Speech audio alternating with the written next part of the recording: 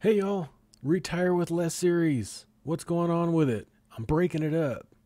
Is it going away? Spoiler alert. No, it's not. It's not. Um I'm kind of am breaking it up though, because sometimes I misplace some thoughts. So what I'm going to do is on the monthly option expirations, which is today, Friday, March 17th, I'm going to share with you um, what happened. Right? Did shares get called away? Did shares get assigned to us? Did we have to buy stock, etc., etc.? So that's what I'm going to do. And then the following week, which would be next Saturday, is going to be what we're going to collect for income for the month of March. Okay, I hope people aren't upset at that. Um, it's just going to probably make the videos a little bit shorter, I'm hoping, or at least, the main Retire with Less monthly uh, uh, income video a little bit shorter. Um, and frankly, to be honest with you, it gives me another piece of content to put out. So I hope you're not upset about that.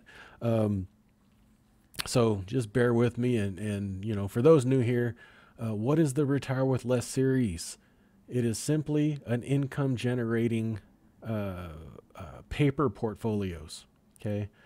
What I've been doing with this going on, I need to look because we might be going on 3 years now.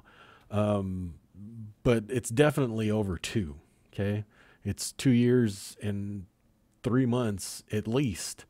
And what it is I wanted to figure out, and I wanted a body of work, a body of just, a portfolio of work uh, that would span some time and see if a portfolio with $250,000 could you generate a significant amount of income off of that, and possibly, maybe work part time, maybe retire if this is enough money to retire on.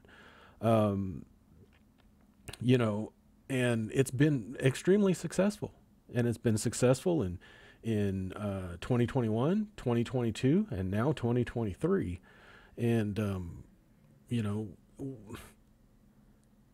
I hate when you see the talking heads say you need millions and millions of dollars to retire, or you're going to be eating cat food and you're going to be living under a bridge and all that stuff. It's crap. Okay, it's literal crap.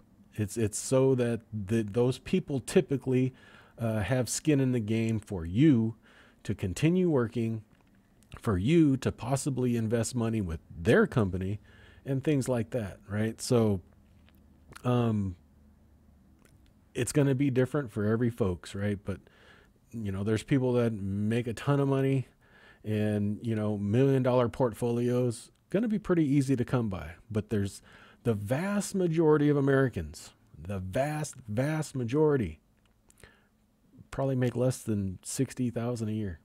Okay, and to tell somebody that you need millions of dollars to retire, a lot of them just throw their hands up and say, you know what, I guess I'm working until I drop dead.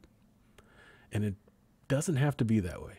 Okay, so I chose that's why I chose $250,000.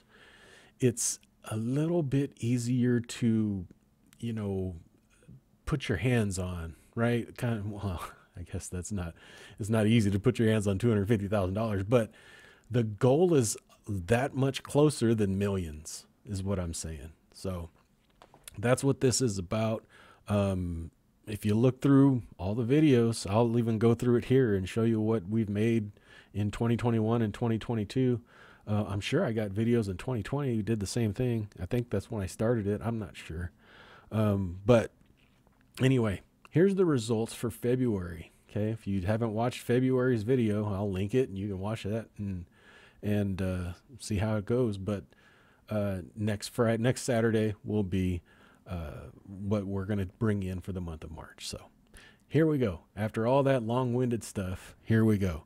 How did this is broken up into two portfolios. There's a large cap portfolio, which is basically involves QQQ and SOXL, which is a semiconductor ETF, and RYLD, which is a covered call ETF. And the small cap side used to be just QYLD, which kind of failed miserably.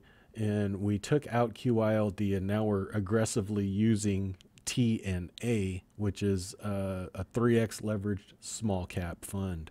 And yeah, it could be a little bit aggressive, but I'm gonna show you.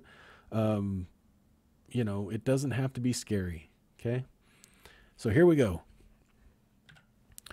How did the large cap side end up? Well, we ended up, let's see, we own 3,000 shares of SOXL with a cost basis of $16.67.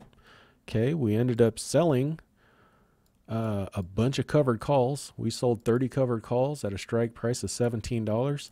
Those expired worthless. So we collected back in February $2,280. We get to keep that. Nothing happens with that. That's deposited in our bank. And we're also keeping the shares at, how many shares was it again? 3,000 shares that we'll be able to sell covered calls on next week. We're going to probably be able to generate a lot of income on this one next week. And that's all we own as far as the stocks. So we also own RYLD. Excuse me, 2,000 shares of that, and we collected $392 of dividend income from that. And then we sold 3 puts on QQQ with a strike price of $285. Okay, we ended up collecting $1,350 from that. QQQ closed Friday at 305, so those puts expired worthless, so we don't have to buy any shares. So right now, pretty much all we have is the 3,000 shares of SOXL and 2,000 shares of RYLD, and the rest is straight cash. So we have $212,000 in cash. Okay. Now, for those that were wondering, 2021, we generated $34,000 of income out of this strategy. 2022, we generated $36,000 in this strategy, average of about, $2,900 a month. Is that enough for you to live? Some people it will be, absolutely. If you're an average, wage earner, at about 60 grand a year, that you're actually going to work and stuff, that's probably going to be just fine. Because if you're going out and to a job, you got to drive to the job. You're spending gas. You're probably buying lunches there. You're getting all kinds of taxes and Social Security taxes and everything else taken out of that. What you net out of that 60 is probably pretty close to this. So, that's something to think about. Now, there are going to be some taxes involved. Taxes are, I never talk about taxes. Okay. Why? Because they're different for everybody. Okay. Depends on what tax bracket you're in. Do you have dependents? Do you have write-offs? Are you married? Are you not? So that's why I never talk about taxes. I can't, people always want to throw out, oh, there's going to be 30% taxes on that. How do you know? You don't know that. That's not for everybody. Okay. Now, on the small cap side, it's a little different story. We sold TNA back in February, and we did a $36 strike, and we did 20 puts on that. We collected $3,200. That $3,200 is ours to keep. But TNA closed this Friday at $28.53. So we have to buy 2,000 shares of TNA at $36 a share, or we have to use $72,000 and buy it.